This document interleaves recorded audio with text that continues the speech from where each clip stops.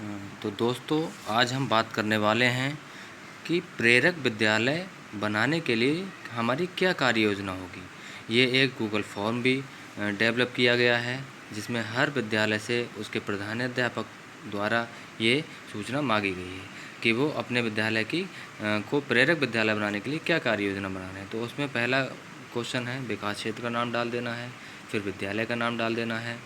अगले वाले क्वेश्चन में है, सहायक अध्यापकों की कितनी संख्या है और शिक्षा मित्रों की कितनी संख्या है, ये आपको अपने स्कूल का डाल देना है। कक्षावार बालक और बालिका का पूरा विवरण कि क्लास 1 में कितने बच्चे लड़के और लड़कियां हैं, क्लास 2 में, क्लास 3, इसी प्रकार से लिख देना है। अगला क्वेश्चन आता है, आप अपने विद्यालय को कब तक प्रेरक विद्यालय घोषित करना चाहेंगे। तो इसमें कोई भी डेट जो भी आपको सही लगे कि कब तक आप उसको अचीव कर सकते हैं, वो डेट डाल देनी है। लेकिन ये ध्यान रखना है कि ये डेट 31 मार्च 2022 से पहले की ही होनी चाहिए। अगला क्वेश्चन है, सहायक अध्यापक एवं शिक्षा मित्र के साथ प्रत्येक माह बैठक कर उनका प्रेरणा घोषणा के संबंध में उन्मुखीकरण करते हुए विद्यालयवार सतत पर्यवेक्षण की क्या कार्य योजना है। तो इसके लिए है, तीनों हस्त पुस्तिकाओं का अध्ययन कराया जाएगा और सहयोग का वातावरण डेवलप किया जाएगा और सपोर्टिव सुपरविजन किया जाएगा। मतलब यही है कि तीनों हस्त पुस्तिकाओं का अध्ययन करना है, सहयोग का वातावरण डेवलप करना है और सपोर्टिव सुपरविजन करना है। नेक्स्ट क्वेश्चन है, सभी शिक्षकों को प्रेरणा लक्ष्य, प्रेरणा सूची एवं प्रेरणा तालिका के बारे में बताने की क्या कार्य योजना है। तो इसको बताने की वैसे तो सभी लोग समझ ही गए होंगे, व्हाट्सएप ग्रुप के माध्यम से या किसी तरीके से वो सारे चार्ट मिल गए होंगे, लेकिन फिर भी याद नहीं रहता। तो उसके लिए हमने ये योजना बनाई है कि विद्यालय के प्रत्येक कक्षा कक्ष और प्रधानाध्यापक कक्ष में प्रेरणा लक्ष्य चार्ट को लिखकर उसको चस्पा कर दिया जाएगा दीवार पर, तथा शुरुआत के कुछ दिनों तक 10 मिनट एक दूसरे से प्रेरणा लक्ष्य के बारे में बातचीत करेंगे, जिससे डिस्कशन हो जाता है तो जल्दी कंटेस्ट हो जाता है। अगला है, संकुल शिक्षकों के साथ नियमित बैठक करते हुए सपोर्टिव सुपरविजन व लर्निंग आउटकम की प्रगति की समीक्षा की क्या कार्य योजना है।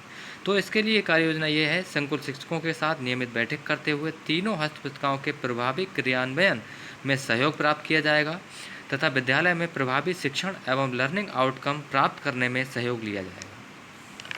नेक्स्ट क्वेश्चन है, विद्यालय स्तर पर अकादमिक कार्यक्रमों के कार्यान्वयन सुनिश्चित कराने हेतु दैनिक पर्यवेक्षण की क्या योजना है। तो इसमें यही है कि हम हर दिन अलग अलग टीचर्स को अलग अलग जिम्मेदारी दे देंगे कि आपको आज ये काम करना है, यानी कि आज जैसे सब कुछ हमें कोई काम कराना है कि आज प्रार्थना सभा में आपको 10 मिनट इस चीज़ पर बोलना है या कुछ भी कार्यक्रम है, तो वो एक लक्ष्य निर्धारित कर दिया जाएगा और हर टीचर का दायित्व निर्धारित कर दिया जाएगा कि उसको क्या काम करना है और उसका सुपरविजन भी करा जाएगा। क्या प्रेरणा पोर्टल पर सेट 2 से लर्निंग आउटकम की प्रगति, उसके अलग अलग संकेतों का विश्लेषण का क्रियान्वयन की क्या कार्य योजना बना ली। तो इसमें यही है, सेट 2 का जो रिजल्ट आया उसमें ये देख लेना है हमें कि हमारे जो बच्चे हैं वो किस ग्रेड में कितने % बच्चे हैं। तो हमें उसको पूरा विश्लेषण कर लेना है और कर लेंगे। और उसके बाद हमने कार्य योजना ये बनाई है कि जो ध्यानाकर्षण शिविर होंगे उसमें बच्चों को ग्रुप डिवाइड करके अलग अलग ग्रुप में अलग अलग लेवल का पढ़ाई किया जाएगा और इन ध्यानाकर्षण शिविर में के अवधि में ही जो लोअर कैटेगरी का ग्रेड के बच्चे हैं उनको प्रोन्नत करके ऊपर वाले ग्रेड में लाने का प्रयास किया जाएगा। शिक्षक सभी शिक्षकों तथा प्रेरणा लक्ष्य और प्रेरणा सूची के बारे में जानकारी पहुँचे वह उन्हें कंटेस्ट कर ले। इसके लिए क्या कार्य योजना है। तो इसके लिए भाई ये कार्य योजना है कि हम सारे सब्जेक्ट वाइज और क्लास वाइज हम चार्ट बनाएंगे और संबंधित क्लास में उसको चस्पा कर देंगे और एक बैठक पर डे कुछ दिनों तक, शुरुआत के कुछ दिनों तक बैठक का आयोजन किया जाएगा, जिसमें इस विषय पर चर्चा और परिचर्चा हो जाएगी किस सब्जेक्ट का, किस क्लास का क्या क्या प्रेरणा सूची है वो हम याद हो जाएगी। सभी शिक्षक प्रेरणा तालिका को नियमित रूप से भरें, इसकी क्या कार्य योजना है। तो ये बहुत ही इम्पोर्टेंट है। सबसे पहली चीज़ है, सभी जो शिक्षक हैं वो पाठ को पढ़ाने से पहले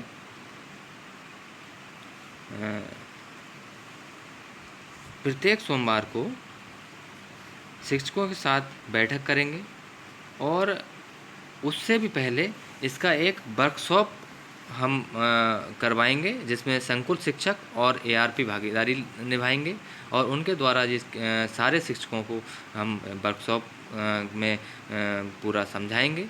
और उसके बाद सबको बनाने के लिए निर्देशित करेंगे कि पर डे ये प्रेरणा तालिका को भरा जाए और इसको हम जो है निरीक्षण भी करते रहेंगे।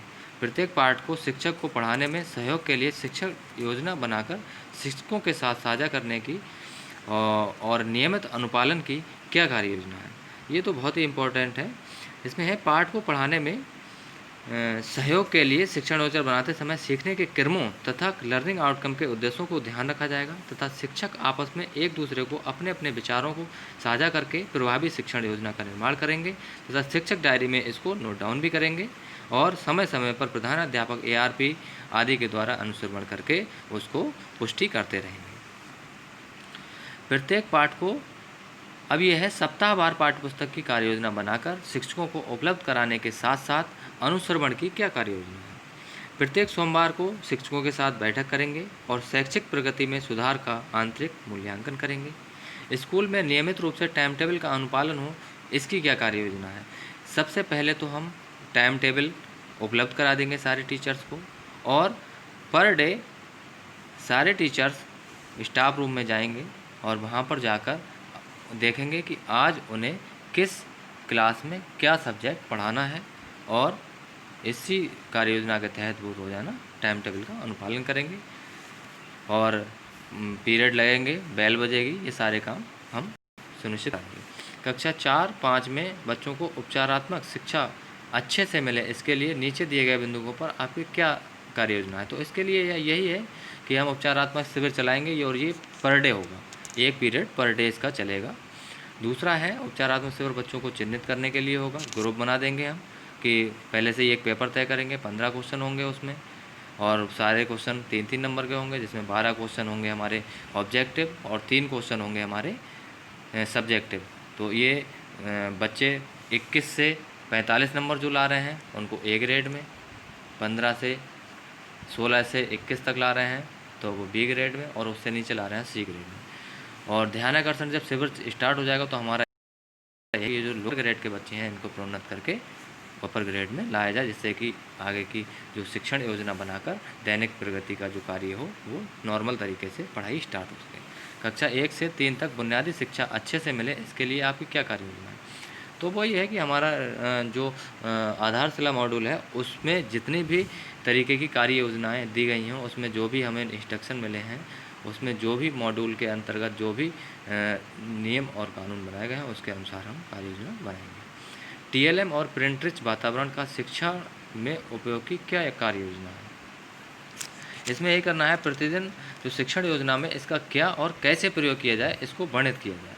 भाई कोई भी अगर TLM है तो उसका हम यूज शिक्षण योजना में किस जगह पर कर रहे हैं और क्या कर रहे हैं, ये हमारा वर्णित होना चाहिए। मिशन प्रेरणा में आप SMC का सदुपयोग कैसे करेंगे। प्रार्थना सभा में शैक्षिक गतिविधियों, स्थानीय त्योहारों, बाल मेलों, स्थानीय साहित्य की जानकारी में, खेल तथा विद्यालय के स्वरूप को सजाने संवारने आदि में SMC के सदस्यों को आमंत्रित किया जाएगा व विद्यालयी गतिविधियों में रचनात्मक सहभागिता सुनिश्चित की जाएगी। अगला है विद्यालय में दीक्षा के आधिकारिक उपयोग की क्या कार्य योजना है। प्रतिदिन संबंधित पाठ की वीडियो कक्षा में दीक्षा ऐप के माध्यम से दिखाया जाएगा। नेक्स्ट है नकल मुक्त सेट परीक्षा कराने की क्या कार्य योजना है। तो इसकी यही योजना है कि एक शिक्षक को जो बच्चों की बैठक व्यवस्था है इस प्रकार की जाएगी जिससे एक ही कक्षा के बच्चे पास ना बैठें तथा प्रत्येक कक्षा में एक शिक्षक कक्ष निरीक्षक के रूप में कार्यरत रहे। अब एक इम्पोर्टेंट क्वेश्चन इसमें छूट गया था, आप अपने में उपलब्ध निम्न कर्मचारियों का मिशन प्रेरणा में किस प्रकार सहयोग लेंगे। ARP का हम सहयोग लेंगे प्रेरणा लक्ष्य हासिल करने व अधिगम स्तर सुधार करने में सपोर्टिव सुपरविजन की अपेक्षा रहेगी। संकुल शिक्षक से क्या अपेक्षाएं हैं। तीनों मॉड्यूल के प्रभावी क्रियान्वयन में सहयोग की अपेक्षा है तथा विद्यालय में प्रभावी शिक्षण एवं कक्षा अनुरूप अधिगम प्रगति को सुनिश्चित करने हेतु प्रभावी फीडबैक मिलने की अपेक्षा है।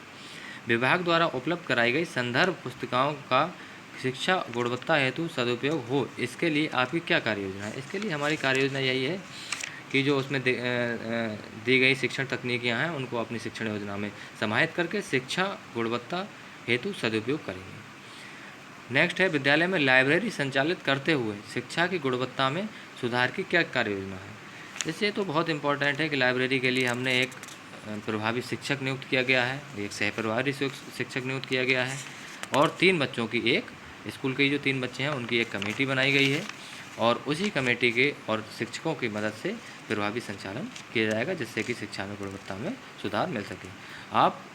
आपका विद्यालय इस तिथि तक प्रेरक विद्यालय हो जाएगा। इसके लिए आप कितने आश्वस्त हैं, ये आप अपनी मर्जी के हिसाब से लिख सकते हैं।